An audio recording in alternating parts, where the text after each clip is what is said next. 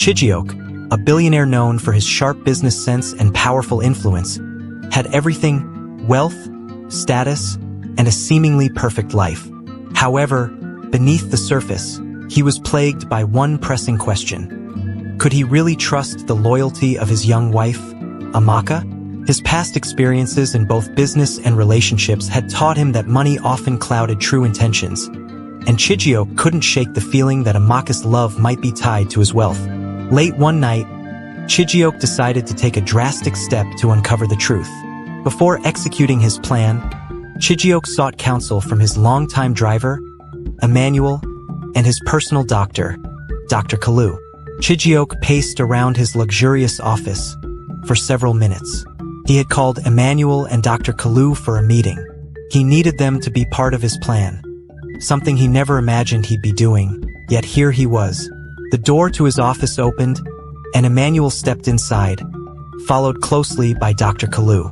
Emmanuel was a man in his late 20s, loyal and steadfast, having driven for Chijioke for over a decade. Dr. Kalu, on the other hand, was a more recent acquaintance, a brilliant physician but someone Chijioke trusted implicitly with his health. "Good evening, sir," Emmanuel greeted, taking off his cap and bowing slightly. He was always respectful, never stepping out of line. "Evening, Chijioke," Dr. Kalu said with a nod. He seemed slightly puzzled by the unusual late-night call. Chijioke motioned for them to sit, his fingers drumming lightly on the glass surface of his desk. "Thank you both for coming. I know it's late, but I have something important to discuss. What I'm about to say must stay between us. No one else can know, especially not Amaka." The two men exchanged glances, sensing the seriousness of the situation. Chijioke cleared his throat, his voice steady but tense. "I need your help with something unconventional." He paused, weighing his words. "I'm going to stage an accident. I want Amaka to believe I'm paralyzed." Emmanuel's eyes widened slightly, while Dr. Kalu frowned, leaning forward in his chair. "What exactly are you trying to accomplish with this accident, Chijioke?" the doctor asked. Chijioke hesitated for a moment. "I need to know if Amaka truly loves me, or if she's only with me for the money. I can't shake this feeling, and the only way to find out is to see how she reacts when things go wrong. If she stays by my side through this, I'll know her feelings are genuine." Emmanuel rubbed the back of his neck, clearly uncomfortable. "Sir, this is a big risk. What if something goes wrong? And how long do you plan to keep this up?" "I've thought about all of that, Emmanuel," Chijioke replied. "We'll make it look real but safe. That's where you and Dr. Kalu come in. I need you, Emmanuel, to stage the accident. You'll be driving when it happens. And, Dr. Kalu, I'll need you to corroborate the story, to tell Amaka I'm paralyzed." Dr. Kalu's frown deepened. "This isn't a small thing you're asking, Chijioke. Faking a medical condition, especially something as serious as paralysis, can have lasting consequences. Are you sure you want to go through with this?" Chijioke nodded, resolute. "I've never been more certain about anything in my life. I need to know the truth." Emmanuel sighed, realizing there was no talking him out of this. "All right, sir. How do we do this?" The plan was set in motion.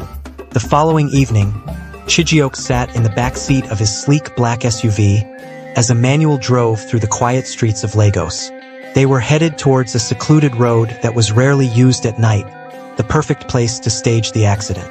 Chijioke's heart pounded in his chest as they neared the predetermined location.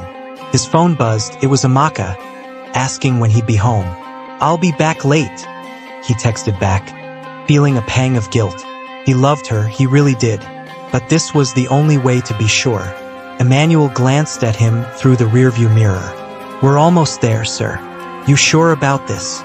"Yes, Emmanuel. Do it exactly as we discussed." Emmanuel nodded, gripping the steering wheel tightly. As they approached a sharp bend, Emmanuel suddenly jerked the wheel hard to the right, sending the car crashing into a ditch by the side of the road. The impact was controlled but forceful enough to make it look convincing. Chijioke, having braced himself, was flung slightly forward, his body slamming into the seatbelt. He groaned, playing his part. "Call Dr. Kalu," he instructed. Within minutes, the blare of sirens filled the air as Dr. Kalu arrived with an ambulance. The paramedics hurried to the scene, treating the situation as a real emergency. They lifted Chijioke onto a stretcher, his body limp and unresponsive. Emmanuel stood by, his face a mask of worry and tension, playing his role perfectly. Dr. Kalu stepped forward, directing the paramedics. "Careful with his spine," he ordered. "We suspect a spinal cord injury." Chijioke kept his eyes closed, his breathing shallow. He had to sell this lie to make it convincing. Every move and every reaction had to be flawless. As they loaded him into the ambulance, Dr. Kalu climbed in beside him, giving Emmanuel a final, grim nod. Inside the ambulance, Dr. Kalu leaned down, whispering urgently, "This is the moment, Chijioke. From here on, you're paralyzed. Remember that." Chijioke blinked slowly, signaling his understanding. He would have to live this lie day in and day out, endure the consequences of his own test. He had no choice now.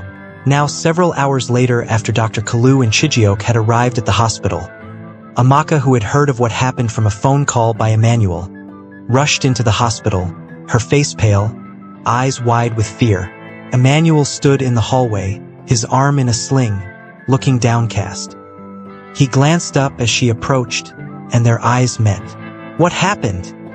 she demanded, her voice high-pitched with panic. "There was an accident," Emmanuel said quietly. "The doctors, they're not sure if he'll walk again."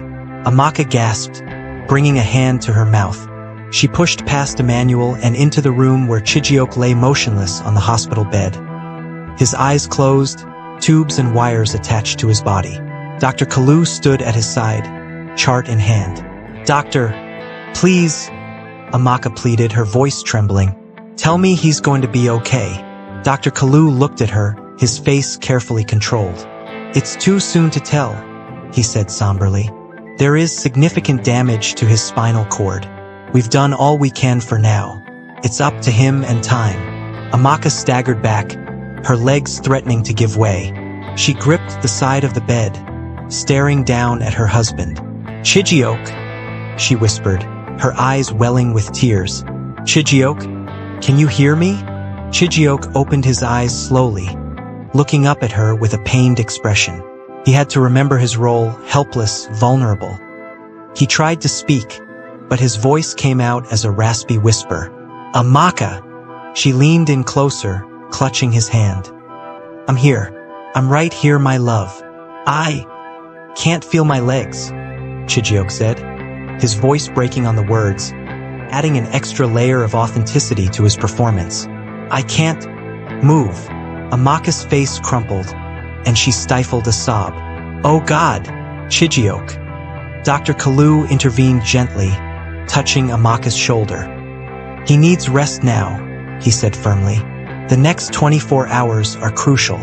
We need to monitor his condition." Amaka nodded, dazed, as she released Chijioke's hand. She turned to Emmanuel, her eyes searching his. "What exactly happened?" Emmanuel looked away, his face shadowed with guilt. "The road was slippery. We lost control. I'm sorry, madam. There was nothing I could do." She stared at him for a long moment, her expression unreadable, before turning back to Chijioke, her face a mask of worry and fear. "I'll stay with him," she said quietly. "I won't leave his side." Later that night, Dr. Kalu stood outside Chijioke's room, his hands in his pockets. Emmanuel joined him, glancing through the window at Amaka, who was seated by Chijioke's bedside, holding his hand. "She's in shock," Emmanuel whispered. "But what now?" Dr. Kalu sighed, his eyes fixed on the scene inside. "Now," he said softly, "we wait, we watch, and we see what lies beneath the surface." Emmanuel nodded slowly, his stomach churning with unease. They had set the stage for Chijioke's test, and the real drama was about to begin. Whether it would reveal the truth he sought or destroy everything Chijioke held dear was a question neither of them could answer. Not yet. As the night deepened, the hospital fell into a heavy silence, the kind that only prefaces the storm that is yet to come. And just in a twinkle of an eye, The next day came so fast. That very morning, the hospital room was bathed in a cold, sterile light. Amaka sat motionless by Chijioke's bed, her eyes red-rimmed and exhausted. She hadn't slept. Every time her eyes closed, the memory of the accident replayed in her mind. Chijioke lay still, eyes closed, as if lost to the world. The machines beeped steadily beside him, a mechanical reminder of his fragility. Dr. Kalu entered the room quietly, a clipboard in hand. Amaka looked up, hope mingling with fear in her eyes. "Doctor," she said, her voice barely a whisper, "is there any change?" Dr. Kalu shook his head gently. "The paralysis is still there," he said in a measured tone. "We've run some tests and there is extensive damage to his spine. I'm afraid his chances of walking again are very slim." Amaka's face crumpled, her hand flying to her mouth as a sob escaped her. She turned to Chijioke, clutching his hand. "Oh, Chijioke," she murmured, tears streaming down her cheeks. "What are we going to do?" Chijioke opened his eyes slowly, feigning the struggle to speak. His voice was weak, strained. "Amaka, I'm sorry. I can't be the man I was." She shook her head fiercely, squeezing his hand. "No, don't say that. We'll get through this. I'll take care of you. I don't care what it takes." A small, fleeting look of surprise crossed Chijioke's face. He hadn't expected such an immediate declaration of loyalty. But was it real, or was she simply reacting to the shock? His heart wavered between hope and doubt. He had to see how long her resolve would last. Dr. Kalu cleared his throat, drawing their attention. "Mrs. Amaka," he began gently, "I need to speak with you privately if you don't mind." She hesitated, glancing at Chijioke, who gave a slight nod. Reluctantly, she followed Dr. Kalu into the hallway. The door clicked shut behind them, and Dr. Kalu turned to face her, his expression grave. "Amaka," he started, choosing his words carefully. "Chijioke's condition is going to require a lot of care. This is going to be a difficult journey, physically, emotionally, and financially." She looked at him with wide, frightened eyes. "What are you saying, doctor? That I should give up on him?" "No," Dr. Kalu replied quickly. "Not at all. But you need to understand what this means. His business, his life, it's all going to change. He'll need constant support. Are you prepared for that?" Amaka drew a shaky breath. "I love him," she said, her voice quivering but determined. "I married him for better or worse. This is just a test of that vow, right?" Dr. Kalu paused for a moment in shock. He wondered if she had somehow figured out this was all a setup. But no, after taking a few seconds to scan her face for any sign of doubt. He realized that there was none, at least not yet. So he nodded slowly and responded, "Yes, a test," he echoed. "A very challenging one." After their discussion, Amaka returned to Chijioke's side in his room to reassure him, forcing a smile. "Doctor says you need rest," she said softly. "I'll be here, though. I'll be here every step of the way." Chijioke watched her, his mind churning. Was she putting on a brave face, or did she truly mean it? It was too early to tell. He had expected some initial sympathy, of course. Any wife would show concern after an accident. But he knew that the true test would come in the weeks and months ahead. He closed his eyes, feigning exhaustion, as Amaka settled into the chair beside him. Slowly but surely the days flew by one, each one marked by a repetitive cycle of medical care and silent, awkward exchanges. Amaka busied herself with the tasks of caring for Chijioke, bathing him, feeding him, and attending to his every need. She kept up a cheerful demeanor, but there were cracks starting to show, moments when her smile faltered when frustration flashed in her eyes. Emmanuel noticed it first. He observed quietly from the background, his role now reduced to an errand boy, fetching supplies and delivering meals. One afternoon, as he brought in Chijioke's lunch, he caught a fleeting glimpse of Amaka's expression as she struggled to lift Chijioke into a sitting position. Her face was tense, her jaw clenched in irritation. Emmanuel cleared his throat softly, and she quickly masked her irritation with a strained smile. "Thank you, Emmanuel," she said, her voice clipped. "You can leave it on the table."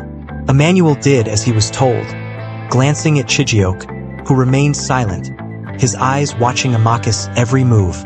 After Emmanuel left the room, Amaka let out a long sigh, slumping into the chair beside the bed. "This is hard," she muttered almost to herself. "I never imagined it would be this difficult." Chijioke remained quiet, his heart thudding in his chest. It was the first crack in her armor, the first sign that the burden was weighing on her. He wanted to reach out to comfort her, but he held back. This was the moment he had been waiting for. He needed to see where this would lead. Later that evening, Amaka sat by the window, staring out into the darkness. Chijioke watched her, sensing the growing tension in the room. Finally, she spoke, her voice tinged with bitterness. "I don't know how we're going to manage," she said without turning around.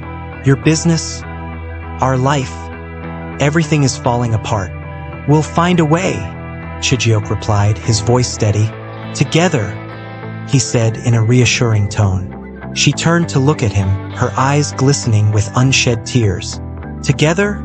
she echoed bitterly. "You're paralyzed, Chijioke. You can't help with anything." The words cut through him like a knife, sharper than any physical pain. But he kept his expression neutral. "I can still think," he said softly. "We can still plan. We're not defeated, Amaka." She let out a harsh laugh, turning away again. "It's easy for you to say. You're not the one doing everything." For a moment, silence filled the room, heavy and suffocating. Chijioke closed his eyes, fighting the wave of guilt and anger that rose within him. Was he pushing her too far? Or was this the truth he had been seeking? Amaka stood up abruptly, walking toward the door. "I need some air," she muttered, leaving the room without another word. As the door closed behind her, Chijioke let out a shaky breath. His heart ached, torn between his need for the truth and the realization that he might be driving a wedge between them that could never be repaired.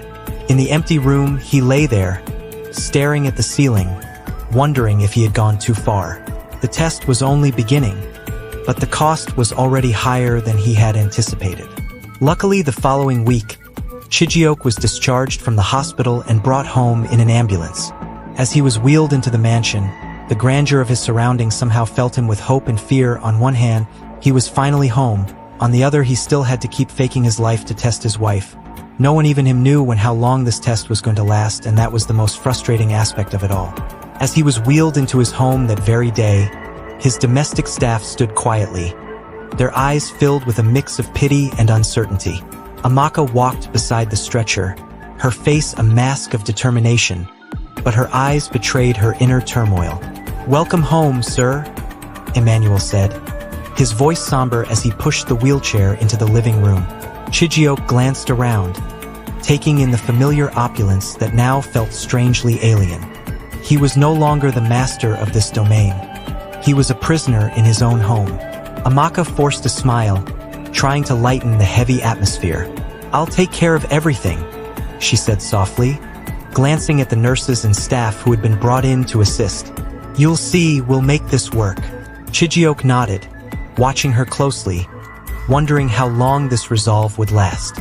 The real test was beginning now, here, in the confines of their home. Every day would be a battle, not just for him, but for their marriage. The weeks stretched into months, and life became a blur of routines and unspoken tension.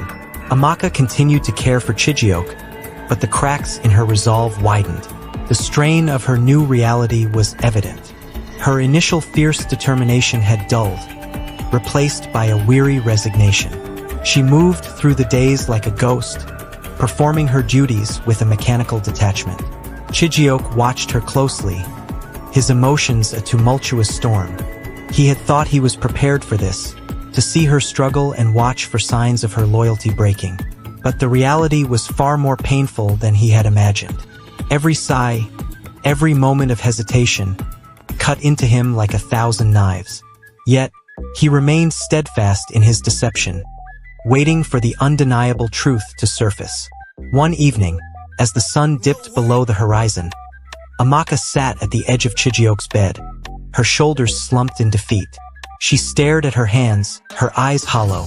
Chijioke glanced at her, a pang of guilt shooting through him. He wanted to reach out and erase the pain in her eyes, but he knew he couldn't break the facade now. "Amaka," he said gently, "you've been doing so much. Maybe you should take some time for yourself. Go out, see friends. You don't have to be here all the time." She turned to look at him, surprise flickering in her eyes. "You want me to leave?" she asked, her voice barely above a whisper. "No," he replied quickly. "I just don't want you to feel trapped. You deserve a break, some time away from all of this." Amaka's gaze softened for a moment, and then she looked away. "I wouldn't even know where to go," she muttered. "My life revolves around this room now." Chijioke felt a lump form in his throat. This was exactly what he had feared. That in seeking the truth, he had reduced their relationship to this, a prison of suspicion and hidden motives. He closed his eyes, fighting the urge to confess everything then and there. But he reminded himself of the purpose. If her loyalty was genuine, it would endure. If not, the sound of the doorbell interrupted his thoughts. Emmanuel entered the room, glancing between them awkwardly. "Madam," he said hesitantly. "You have a visitor." Amaka frowned, standing up.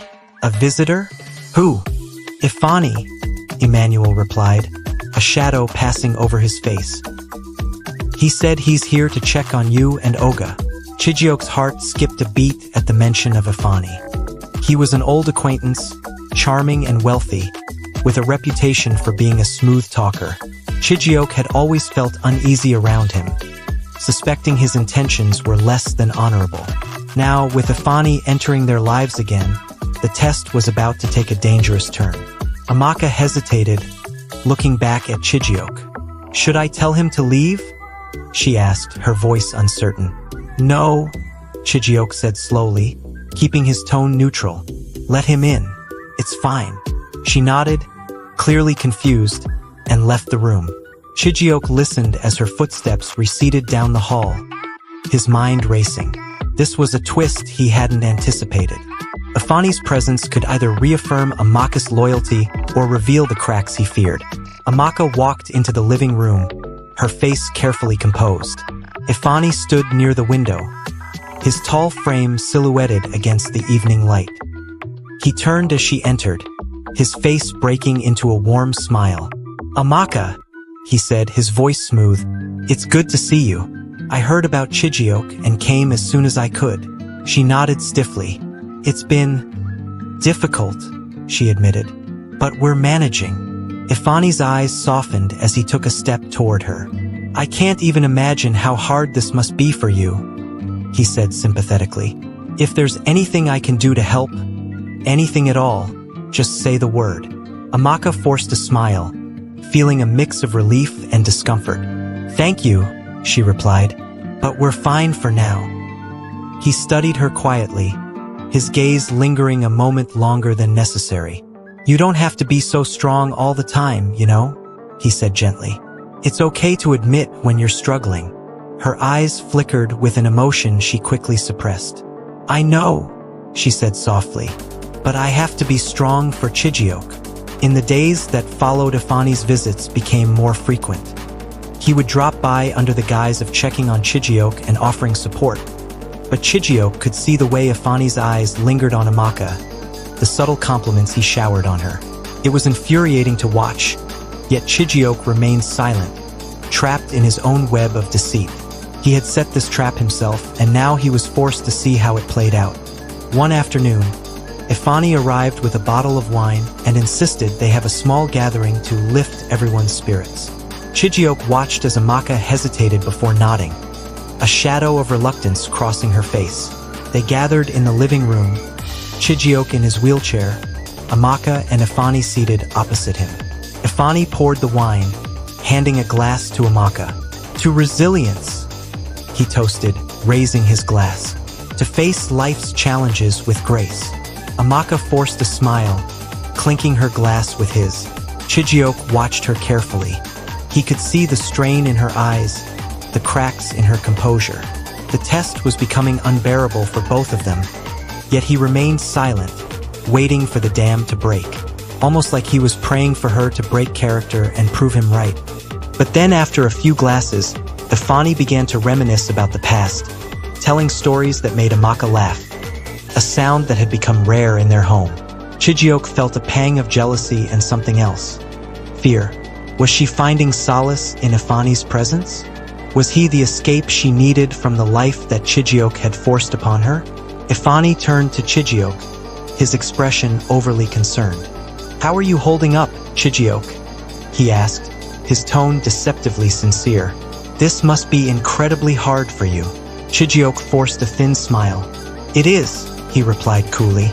"But we're managing." Ifani nodded, his gaze flicking to Amaka. "You're lucky to have a strong woman like Amaka by your side," he said, his voice dripping with admiration. Amaka looked down, her fingers nervously tracing the rim of her glass. "I'm just doing what any wife would do," she murmured. Chijioke's heart twisted. There it was, the ambiguity, the uncertainty that haunted him. He needed more, a clearer sign, something undeniable. The real test came on a rainy afternoon. Amaka was in the kitchen, washing dishes, when Ifani arrived unexpectedly. Chijioke, from his position in the living room, watched as Amaka hesitated at the door, her expression a mix of surprise and annoyance. "I didn't know you were coming," she said, not quite meeting Ifani's eyes. "I just wanted to check in," he replied smoothly, stepping closer. "You seemed upset the last time we spoke." Amaka glanced at Chijioke, who was watching them with a blank expression. "I'm fine," she said, her voice tight. "You shouldn't be here without calling." Ifani's eyes narrowed slightly, but he quickly recovered, offering a charming smile. "I was worried about you, Amaka. I know this is hard, and I just want to help." She crossed her arms, looking conflicted. "Ifani, you need to leave." He stepped closer, his voice dropping to a whisper. "You don't have to do this alone," he said urgently. "There's no shame in admitting you need more than this, more than him." Chijioke's heart pounded in his chest. All he could fathom was Ifani's audacity to come into his home and try to seduce his wife in his weakest state. But then again, this was it, the moment of truth. Would Amaka falter? Would she give in to the temptation standing before her? Amaka's face hardened. She raised her hand and pointed to the door. "Get out," she said, her voice trembling with a mix of anger and resolve. "I love my husband. I won't listen to another word."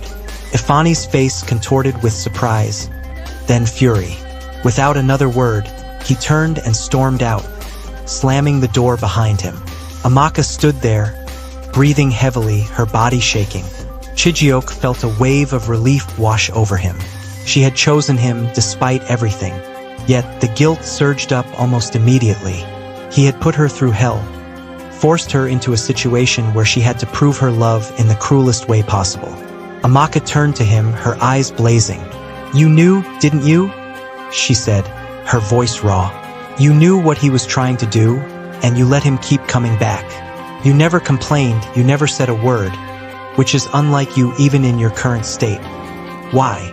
Chijioke was silent, the truth hovering on his lips.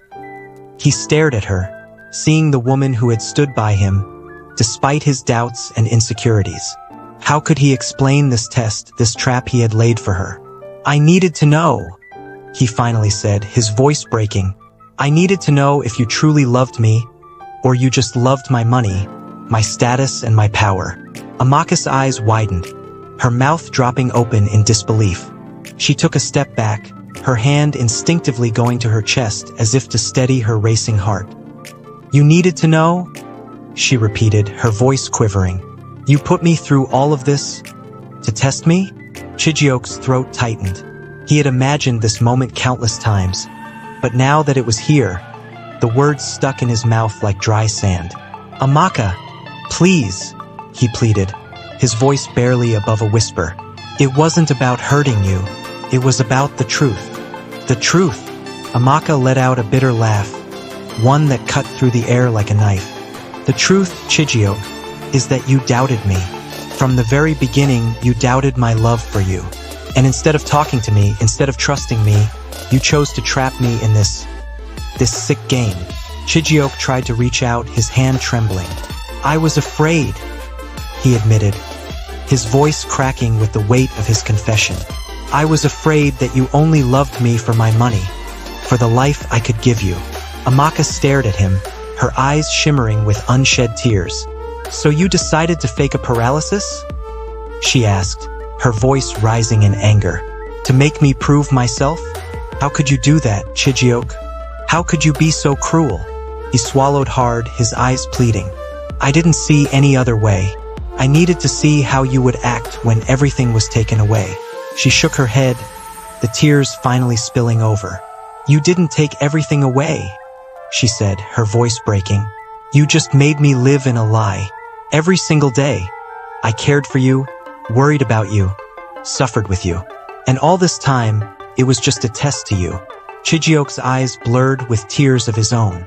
I was wrong, he whispered, the realization crashing over him like a wave. I see that now. I see how much I've hurt you, how much I've hurt us. Amaka turned away from him, her shoulders shaking with silent sobs. You don't get it, do you? She choked out. It's not just the lie. It's that you didn't trust me. You never trusted me. And now, I don't know if I can ever trust you again. Her words struck him like a physical blow, the full impact of his actions settling into his bones. The truth was laid bare between them, stark and unforgiving.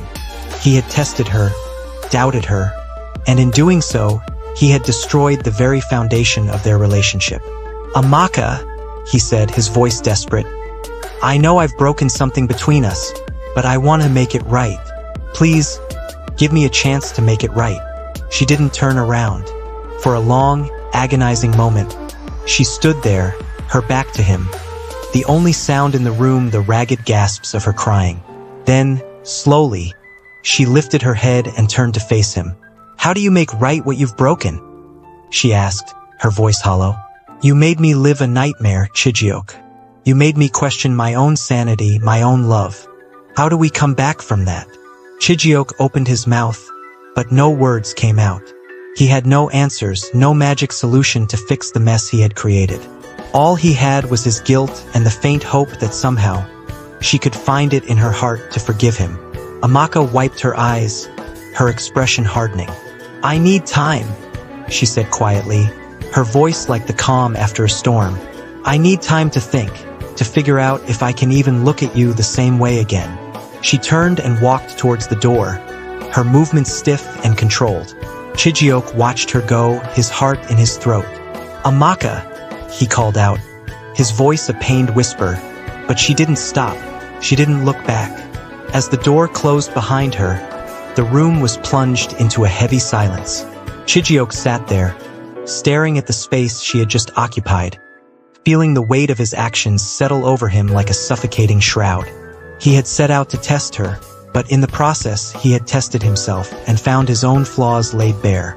Later that night, Chijioke remained awake long after the house had fallen into darkness. The events of the day replayed in his mind, each moment stabbing at him like a blade. He thought about the look in Amaka's eyes when she realized the truth, the raw pain and betrayal. He had broken something precious, something that might never be mended. The door creaked open softly, and Chijioke turned his head, expecting to see Amaka. Instead, Emmanuel stepped in, his expression grim. He approached the bed, his eyes full of concern. Emmanuel, Chijioke croaked, his voice raw from hours of silence. Emmanuel looked at him with a mix of pity and disappointment. Oga, this has gone too far, he said quietly. I warned you. I told you this was a dangerous game. Chijioke swallowed hard. I know, he admitted. I see that now, but what do I do? How do I fix this? Emmanuel sighed, rubbing his hand over his face. Some things can't be fixed with words, Oga. You've hurt her deeply.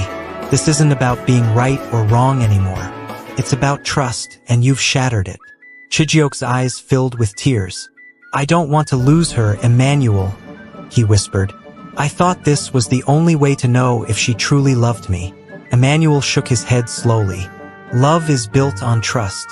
Without trust, love is it's just a word. You've got to give her time and space to heal and decide for herself. Chijioke closed his eyes, a tear slipping down his cheek. I don't deserve her forgiveness. Maybe not, Emmanuel replied softly. But that's not for you to decide. She has to come to that on her own. Back in Amaka's room, Amaka sat on the bed, staring at the wall. Her heart felt like it had been torn in two. She had loved Chijioke deeply, had devoted herself to him, only to find out it was all part of a twisted game, a test of her loyalty. The thought made her stomach churn with a mixture of anger and grief. She hugged her knees to her chest, her mind racing. Ifani's words echoed in her ears. You don't have to do this alone. And for a brief moment, she had felt a flicker of temptation, a flicker that scared her. She had been loyal, had chosen Chijioke time and again, and still he had doubted her. Could she ever forgive him? Could she ever look at him and not see the man who had manipulated her, who had forced her to prove her love under false pretenses? She didn't know, and that uncertainty weighed on her like a crushing burden. Amaka paced her bedroom, her thoughts a whirlwind of confusion and anger. Chijioke's betrayal felt like a stab to the heart. He had orchestrated this entire situation just to test her loyalty. The man she loved had become a stranger to her. She glanced at her phone on the nightstand. She couldn't stay here any longer. She needed space, distance from this house, from him. Without thinking further, she grabbed her bag, shoved some clothes inside, and snatched up her phone and keys. She couldn't bear to look at him, not now, maybe not ever. As she slipped out of the room, her heart pounded against her ribcage. Every step felt like a step towards an uncertain future. Emmanuel was nowhere in sight, and she took that as a blessing. She moved quickly, quietly, through the hallway, her breath hitching when she reached the front door. Taking one last glance at the house where her life had changed irrevocably, she opened the door and stepped out into the night. Amaka drove through the dark, empty streets, the car's engine the only sound in the silence of the night. Her hands gripped the steering wheel tightly, her mind replaying everything that had happened. The anger, the hurt, the betrayal. They mingled into a storm of emotions.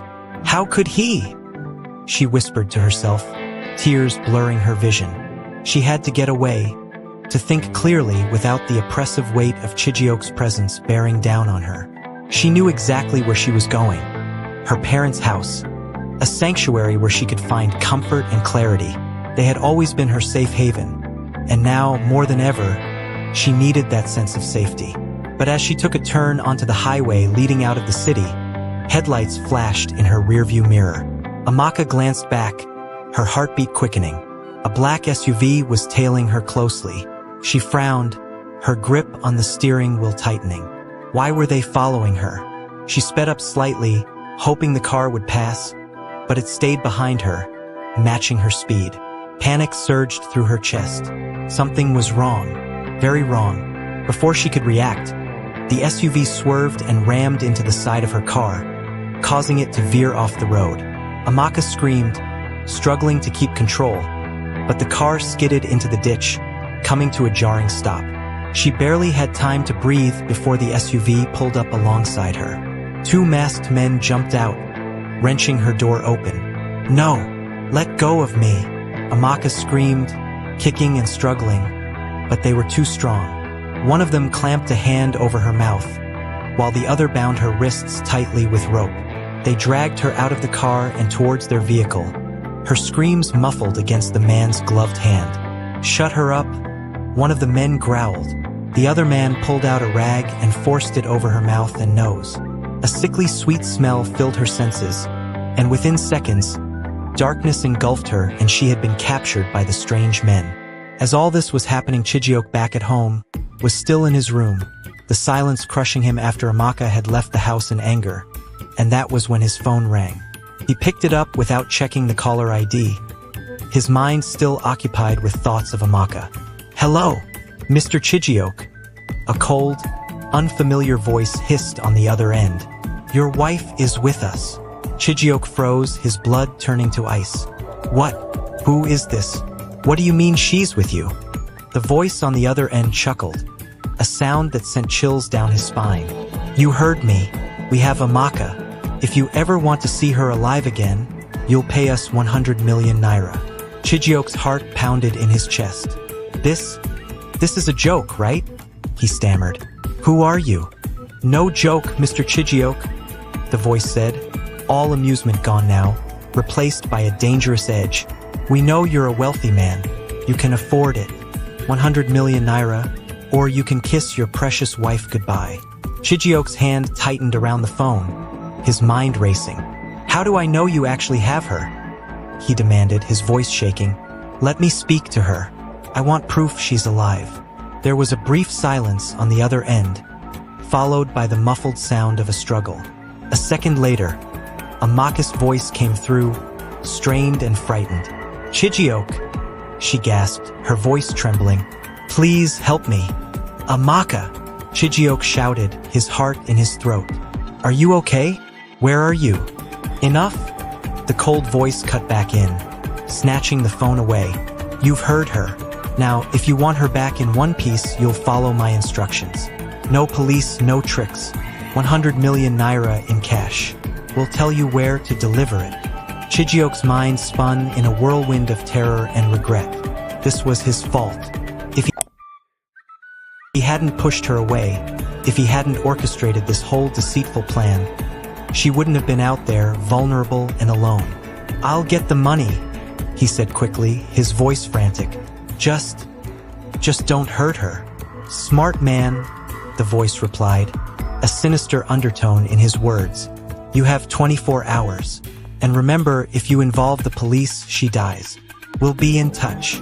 The line went dead, leaving Chijioke standing in the middle of the room, his mind a chaotic mess. The phone slipped from his hand, hitting the floor with a dull thud. He felt like the ground had opened up beneath him, swallowing him whole. Emmanuel burst into the room, his eyes wide with alarm. Oga, what happened?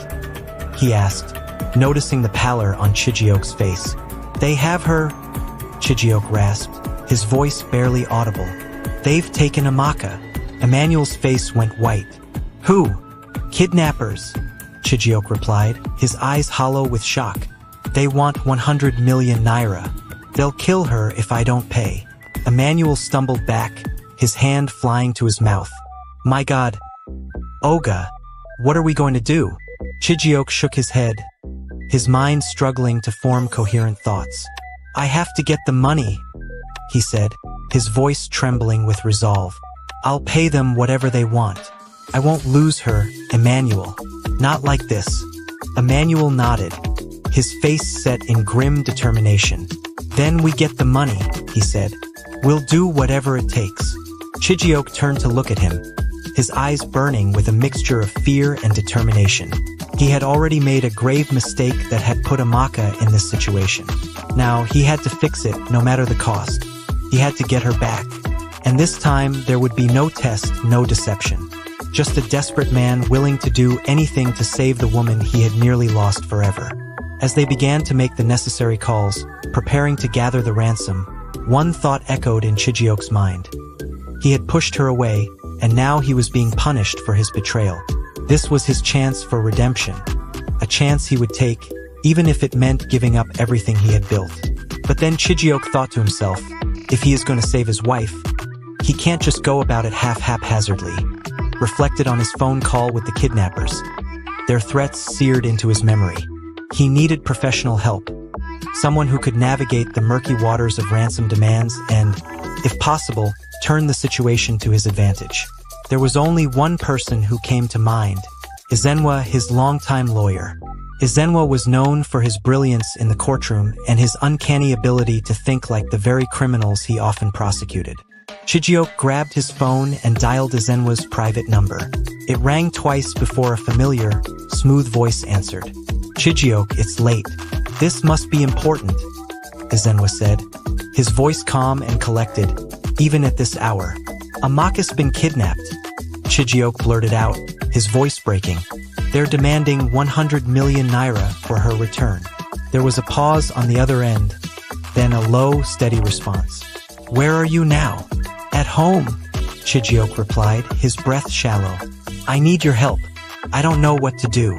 I'm on my way, Izenwa said firmly. Stay put. 30 minutes later, Izenwa arrived at the mansion, his face a mask of concern and determination. Chijioke ushered him into the study, closing the door behind them.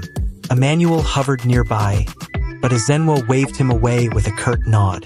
This was a conversation meant for the two of them. Tell me everything, Izenwa commanded as he settled into a chair. Chijioke recounted the events in a shaky voice. The phone call, the threats, Amaka's pleading voice on the line. As he spoke, Izenwa's face remained impassive, his eyes darkening with each detail. We have to pay them, Chijioke said finally, his voice trembling. We have to get her back safely. Izenwa leaned back, his fingers steepled. That's one option, he said slowly. But paying them doesn't guarantee her safety. It never does. Chijioke's eyes widened, a cold fear gripping him. What do you mean? If we give them the money, they'll release her. Maybe, Izenwa said, his tone icy. Or maybe they take the money and kill her anyway, to eliminate the risk of being identified later. Chijioke felt as though the ground had been ripped out from under him. No, he whispered, shaking his head. No, that can't happen. Can't lose her. Not now. Izenwa leaned forward, his gaze piercing. We need to think this through carefully. You're a man of means, Chijioke. We can pay them, but that might not be enough. We need leverage and advantage. Chijioke's hands balled into fists on his lap. What kind of leverage? Izenwa's eyes gleamed with a dangerous glint. We need to make them fear us more than they fear losing the money. You have connections and resources. This isn't about simply handing over the cash. This is about sending a message. Chijioke was silent, Izenwa's words swirling in his mind like a storm. The fear and panic that had gripped him since the phone call began to transform into something else.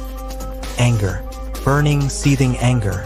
These men had taken Amaka, his wife, the woman he now realized he had wronged so deeply. She had proven her loyalty, and now she was suffering again, not just because of his doubts, but because of these criminals. How do we make them pay? Chijioke asked, his voice low, almost a growl. A slow, predatory smile spread across Izenwa's face. You need someone who can deal with this kind of filth. Someone who isn't bound by the law or morality. Someone who can retrieve your wife and make sure these men understand they made a grave mistake crossing you. Chijioke's heart pounded. Who are you talking about? Izenwa pulled out his phone and scrolled through his contacts. He stopped at a name and looked up at Chijioke. A hired professional. An assassin, if you will. He's discreet, efficient, and most importantly, ruthless. He doesn't just rescue. He eliminates threats. Chijioke hesitated for a moment, the weight of what he was about to do pressing heavily on his conscience. Then he thought of Amaka, bound and terrified, held captive by faceless men who had taken her. His hesitation vanished. Call him, Chijioke said coldly. I want my wife back, and I want those bastards to pay. Izenwa nodded, dialing the number. He put the phone on speaker, the line ringing twice before a deep, gravelly voice answered. Who is this? The voice demanded. Izenwa, the lawyer replied calmly. I have a job for you. There was a pause. Then the voice spoke again. Go on. A client's wife has been kidnapped. He needs her retrieved, unharmed, and he wants the men responsible dealt with permanently. Another pause, longer this time. What's the payout? 50 million, Izenwa said without missing a beat. 25 upfront, 25 upon completion. Location?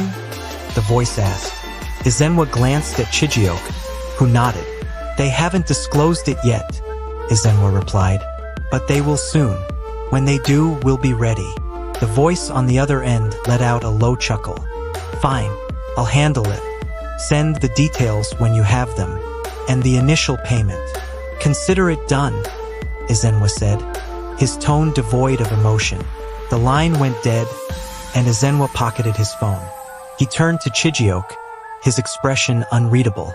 It's in motion, When they contact you again with instructions, you'll comply. But we'll have our man in place. He'll follow the exchange, and once your wife is safe, he'll do what needs to be done." Chijioke nodded, his mind whirling with the gravity of what he had just agreed to. He was entering a world far darker than any business deal he had ever made. But for Amaka, he would cross that line. For her safety, for her life, he would become the monster these kidnappers feared.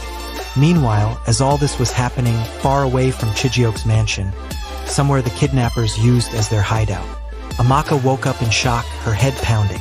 The room was dark, damp, and cold. She was tied to a chair, her wrists chafing against the rough rope. Her mind raced, struggling to piece together the fragments of what had happened. The car, the men, and then nothing. She heard voices outside the room, low and muffled. She strained her ears, trying to make out what they were saying. "They're going to pay, right? He's not going to call the police?" One voice muttered anxiously. "He won't," another voice responded, this one more confident. "Chijioke is too smart for that. He knows what will happen if he involves the cops." Amaka's heart skipped a beat. The voices were unfamiliar, yet there was something about the tone, the way they spoke, that tugged at the edges of her memory. Who were these men? Why did they seem familiar in a way she couldn't quite place? Besides, the second voice continued, "We have leverage. As long as we have her, he'll do exactly what we say." Amaka's mind raced. These men knew her husband well enough to predict his actions. But how? She shifted in her chair, testing the bonds around her wrists. She needed to get out of here. But how? The ropes were tight, cutting into her skin with every movement. "Shut up!" a third voice barked, deeper and more menacing. "We'll move her to the next location soon. Keep your eyes open. We can't slip up now." The door creaked open, and a beam of light pierced the darkness of the room. Amaka squinted as two figures entered, their faces obscured by shadows. One of them stepped closer, his face hidden under a hood. "You try anything, and we'll make sure your husband gets pieces of you instead," he growled, his voice icy. Amaka bit back her fear, staring defiantly at the shadowed figures. "He'll find you," she spat, her voice stronger than she felt. "He'll find you, and you'll regret this." The man chuckled, a low, sinister sound that made her blood run cold. "Maybe," he said, leaning in so close she could smell the stench of cigarettes on his breath. "But by then, it might be too late." Amaka's heart pounded in her chest as they backed away, leaving her alone in the dark once more. She had to remain strong, to hold onto the hope that Chijioke would find her. But as the minutes ticked by, she couldn't shake the feeling that these men were more dangerous than she had initially thought. The familiarity of their voices gnawed at her, an unsettling feeling that she was missing something crucial. Meanwhile, back at Chijioke's home, Chijioke and Ezenwa sat in silence, the air between them heavy with unspoken tension. Chijioke's phone sat on the desk, its screen dark and ominous. They were waiting, knowing the kidnappers would call again to arrange the ransom delivery. The minutes dragged on, each second stretching into an eternity. Chijioke sat at his desk, staring at the phone, waiting. His heart pounded with every tick of the clock. Suddenly, the phone rang, its shrill sound cutting through the silence like a knife. Chijioke grabbed it, pressing it to his ear. "Hello?" he said, his voice taut. "You have the money?"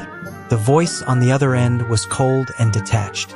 "I have it," Chijioke replied, keeping his tone steady. "Where do you want it?" "Tomorrow night. Abandoned warehouse off the old Ikoyi road," the kidnapper instructed. "You come alone. No police, no games. If we see anything suspicious, your wife dies." "Understood." Chijioke gritted his teeth. "If you harm her," the kidnapper cut him off. "You're not in a position to make threats. Do as we say and she lives. You try anything, and you'll be picking up pieces of her."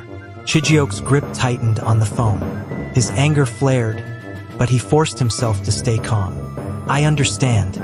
I'll be there." "Good," the kidnapper sneered. "And remember, if we so much as sense the police, it's over for her." The line went dead. Chijioke slowly lowered the phone, his face a mask of fury and fear. Ezenwa leaned forward. What did they say? Chijioke took a deep breath, trying to steady himself. Tomorrow night, an abandoned warehouse on Ikoyi Road. They want me to come alone. Ezenwa nodded, his eyes narrowing. Then we set our man into place. He'll follow and handle them once you have Amaka. Chijioke shook his head, his mind racing. No, it's not enough. Ezenwa frowned. What do you mean? We've already arranged everything. The assassin will ensure her safety. That's the problem. Chijioke shot back, his voice rising. I can't just sit back and hope this stranger does his job. This is my wife's life we're talking about. I need to be there. Ezenwa's eyes widened slightly. You can't risk going in there. These men are dangerous. If they suspect anything... I know. Chijioke interrupted, his voice hard. But I have to be there. I have to see her with my own eyes. I can't leave her fate in someone else's hands. Ezenwa watched him for a moment, then sighed. Very well, but you'll need to follow our plan. The assassin will handle the kidnappers. You go in to make the exchange, but you do not engage. Do you understand?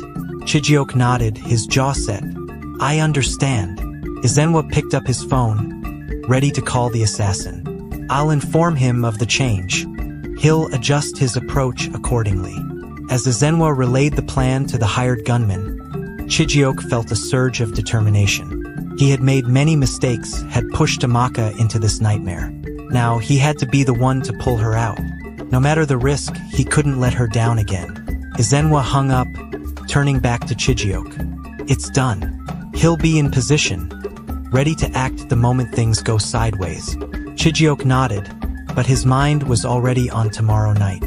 He would walk into that warehouse, money in hand, knowing it could be a trap, knowing that one wrong move could end it all.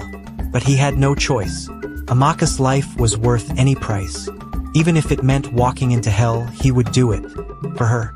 Thank you for watching. If you enjoyed this story, please share it with your friends and family. Also leave this video a like. Share in the comments the biggest lessons you've learned from part 1 of this story. And subscribe to the channel so that you'll be the first to watch part 2 when it comes out. Thank you for watching and have a lovely day.